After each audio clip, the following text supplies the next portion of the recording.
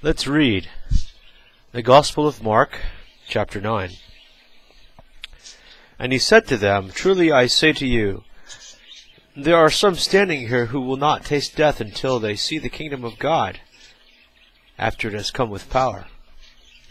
And after 6 days Jesus took with him Peter and James and John, and led them up a high mountain by themselves. And he was transfigured before them, and his clothes became radiant, intensely white, as no one on earth could bleach them. And there appeared to them Elijah with Moses,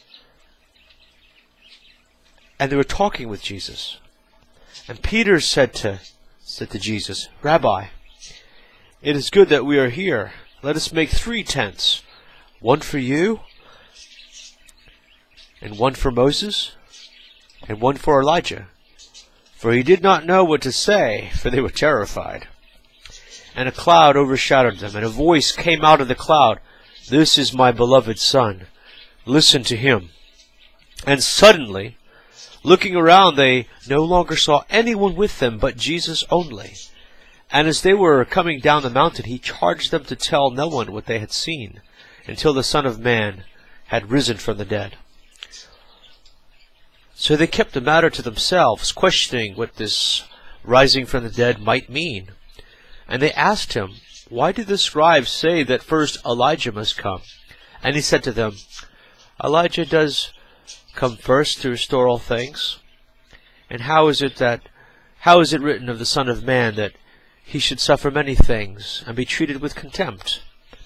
But I tell you that Elijah has come, and they did to him whatever they pleased, as it is written of him.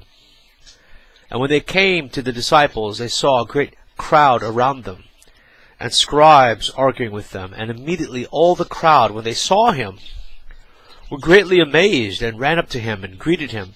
And he asked them, What are you arguing about with them? And someone from the crowd answered him, Teacher, I brought my son to you, for he has a spirit that makes him mute. And whenever it seizes him, it throws him down, and he foams and grinds his teeth, and it becomes frigid. So I asked your disciples to cast it out, and they were not able. And he answered them, O faithless generation, how long am I to be with you? How long am I to bear with you? Bring him to me. And they brought the boy to him. And when the spirit saw him, immediately it convulsed the boy, and he fell on the ground, and rolled about, foaming at the mouth. And Jesus asked his father, How long has this been happening to him? And he said, From childhood. And it has often cast him into fire and into water to destroy him. But if you can do anything, have compassion on us and help us. And Jesus said to him, If you can, all things are possible for one who believes. Immediately the father of the child cried out and said, I believe. Help my unbelief. And when Jesus saw that a crowd came, running together, he rebuked the unclean spirit, saying to it, You mute and deaf spirit, I command you, come out of him, and never enter him again. And after crying out and convulsing him terribly, it came out. And the boy was like a corpse, so that most of them said, He is dead. But Jesus took him by the hand and lifted him up, and he arose. And when he had entered the house, his disciples asked him privately, Why could we not cast it out? And he said to them, This kind cannot be driven out by anything but prayer. They went on from there and passed through Galilee.